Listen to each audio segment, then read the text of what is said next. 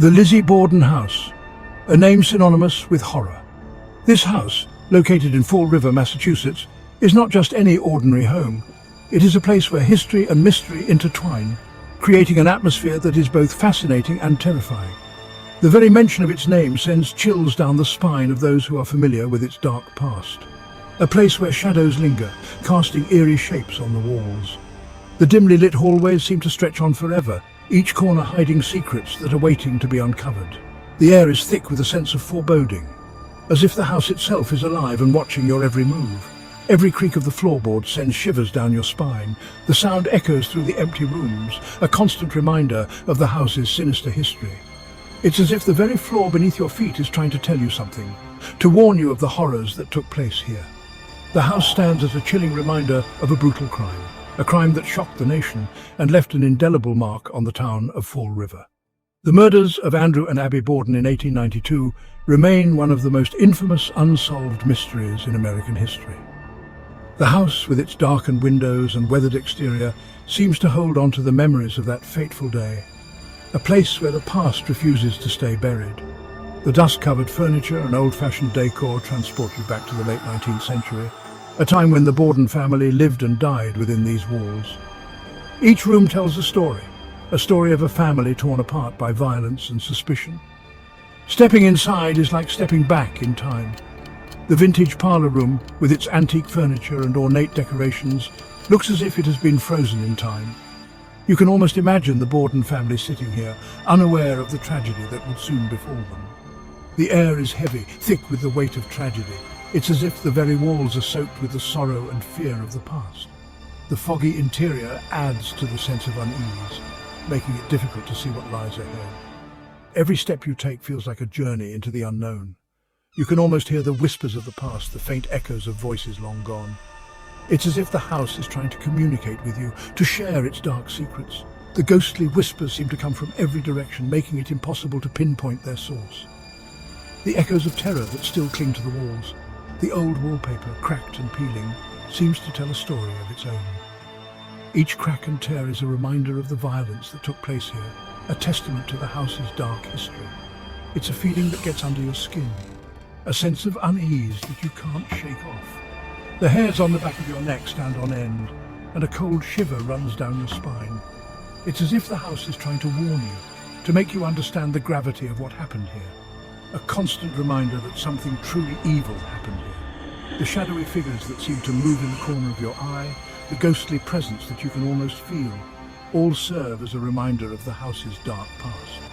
It's as if the spirits of the past are still here, unable to move on. The house is a labyrinth of dark hallways and dimly lit rooms, each one holding the potential for a terrifying encounter. The narrow corridors twist and turn, leading you deeper into the heart of the house. It's easy to get lost in the maze of rooms, each one more unsettling than the last. Each room holding the potential for a terrifying encounter. The dimly lit rooms, with their creepy antique furniture and eerie atmosphere, seem to be waiting for something. It's as if the house is holding its breath, waiting for the next chapter in its dark history to unfold. The furniture seems to watch you, every object a silent witness to the horrors that unfolded within these walls. The old chairs and tables, covered in dust, seem to hold on to the memories of the past. It's as if they have absorbed the energy of the house, becoming part of its dark history. Every object a silent witness to the horrors that unfolded within these walls. The old photographs, the antique clocks, the worn-out books, all seem to tell a story of their own. They are relics of a time long gone, a time when the Borden family lived and died within these walls. The energy within the house is palpable, a chilling reminder of the darkness that can reside in the human heart. It's as if the house itself is alive, feeding off the fear and sorrow of those who enter. The unsettling atmosphere makes it difficult to breathe, as if the very air is charged with negative energy, a chilling reminder of the darkness that can reside in the human heart. The house, with its darkened windows and eerie exterior, stands as a testament to the evil that can lurk within. It's a place where the past and present collide, creating an atmosphere that is both haunting and fascinating. August 4th, 1892. A sweltering summer day in Fall River, Massachusetts. Andrew and Abby Borden, brutally murdered in their own home. The weapon, an axe. The prime suspect, their own daughter, Lizzie Borden. The details of the murders are gruesome and horrifying. Andrew Borden, struck down in the sitting room. His wife, Abby, found slain in an upstairs bedroom. The brutality of the act sent shockwaves through the entire nation, a chilling reminder of the darkness that can lurk beneath the surface of even the most seemingly normal families. Lizzie Borden stood trial for the murders, but was ultimately acquitted. The true story of what happened that fateful day died with the victims. But the house remembers, and it whispers its secrets to those brave enough to listen closely. Imagine a world ravaged by an unrelenting disaster. The sun, a malevolent force, scorching the earth mercilessly. The air, thick with smoke and falling ash. This is the reality we could face. A world where survival depends on finding shelter from the elements, from the chaos that reigns above us. Underground shelters, once a symbol of paranoia, become havens of hope. A place of refuge from the harsh realities of a world gone mad. Deep beneath the surface, we would rebuild, seeking solace in the cool embrace of the earth. These subterranean cities would become our new world, a testament to human resilience. But even in this subterranean sanctuary, the echoes of the past would follow us. The fear, the uncertainty, the knowledge that the world as we knew it is gone. Section 4, the Larder of Survival, preserving life in the face of darkness. In the face of an uncertain future, the simple act of preserving food takes on a profound significance. It is no longer just about sustenance, it is about survival, resilience, and hope. In this new world, food is no longer a given, it's a lifeline. Each can and jar represents a small victory against the encroaching darkness, a testament to human ingenuity and determination. The shelves, once taken for granted, now stand as silent sentinels of our will to endure. Every can, every jar, a symbol of hope in the face of despair. These preserved foods are not just items, they are stories of survival, each one a chapter in our collective struggle. The act of preserving food becomes a ritual, a way to connect with the past and prepare for the future. Food storage becomes more than just a practical measure, it becomes a ritual, a way to cling to the remnants of our old lives. Families gather together, sharing knowledge and skills passed down through generations. The pantry becomes a sacred space, a place where the past and future converge. We would learn to cultivate underground gardens, nurturing life in the most unlikely of places. These hidden gardens, bathed in artificial light, become sanctuaries of growth and renewal. They are a testament to our ability to adapt and innovate, to find life where none should exist. Hydroponics, vertical farming, innovations born from necessity. These methods allow us to maximize limited space and resources, turning basements and abandoned buildings into thriving ecosystems. Each plant, each leaf, a beacon of hope in a world shrouded in uncertainty. Our survival would depend on our ability to adapt, to find ways to nourish ourselves in this changed world. The skills we develop, the knowledge we gain, become our most valuable resources. We learn to work with nature, to coax life from the shadows. But the scarcity of resources would breed fear, mistrust. In the struggle to survive, the bonds of community are tested. The pantry, once a place of solace, can become a battleground. The fight for food reveals the best and worst of humanity. The fight for survival could pit neighbor against neighbor, testing the very fabric of our humanity. In these moments, we are forced to confront our deepest fears and our greatest strengths.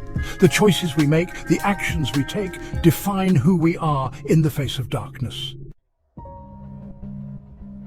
Section 5. Whispers from the Walls. The unsettling symphony of a haunted house. The very mention of a haunted house conjures images of darkened hallways, creaking floors, and an atmosphere thick with the weight of untold stories. These places, shrouded in mystery and fear, have a unique way of communicating with those who dare to enter. It's not just the visual elements that unsettle us, but the symphony of sounds that play on our deepest fears. Haunted sounds, they're more than just noises. They are the echoes of the past, reverberating through time to reach our ears. Each creak, each whisper, each unexplained noise is a piece of a larger puzzle, a story waiting to be told. These sounds are the house's way of communicating, of sharing its history with those who are willing to listen. They're the language of the dead, a way for them to communicate with the world of the living. These whispers are not just random noises, they are deliberate, purposeful. They carry messages from the other side, messages that are often filled with sorrow, regret, or unfinished business. It's as if the spirits are reaching out, trying to make contact, to be heard and understood. In the Lizzie Borden house, these sounds are ever present, a constant reminder of the violence that occurred within its walls. The house itself seems to be alive, breathing and watching. The creaking floors, the distant whispers, the sudden drops in temperature, all these elements combine to create an atmosphere of perpetual unease. It's as if the house is reliving its tragic past over and over again, unable to move on, footsteps creaking on the stairs even though you're alone. These sounds are not just figments of your imagination, they're real, tangible. They make you question your sanity, your sense of reality. Each creak, each groan of the old wood is a reminder that you are not alone, that something or someone is sharing the space with you. The faint murmur of voices, whispering secrets you can't quite make out. These whispers are like a distant conversation, just out of reach, tantalizingly close, yet frustratingly elusive.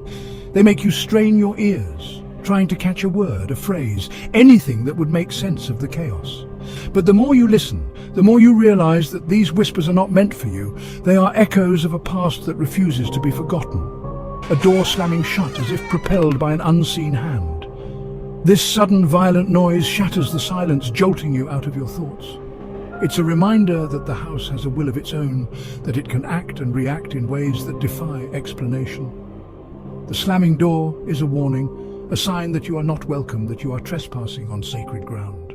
Each sound sends a chill down your spine, a primal fear that something is watching you, toying with you. This fear is not just psychological, it's physical, visceral. Your heart races, your palms sweat, your breath comes in short, shallow gasps. You feel a presence, an unseen entity that is aware of your every move, your every thought. It's a game of cat and mouse, and you are the prey. The human mind is hardwired to seek patterns, to find meaning in chaos.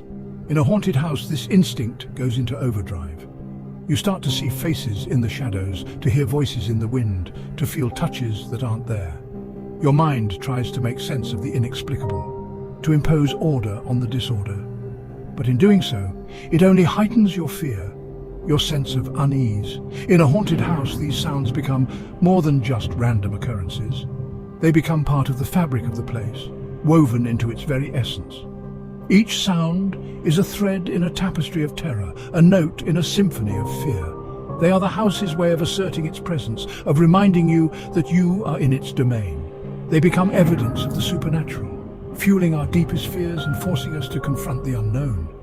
These sounds challenge our understanding of reality, of what is possible and what is not.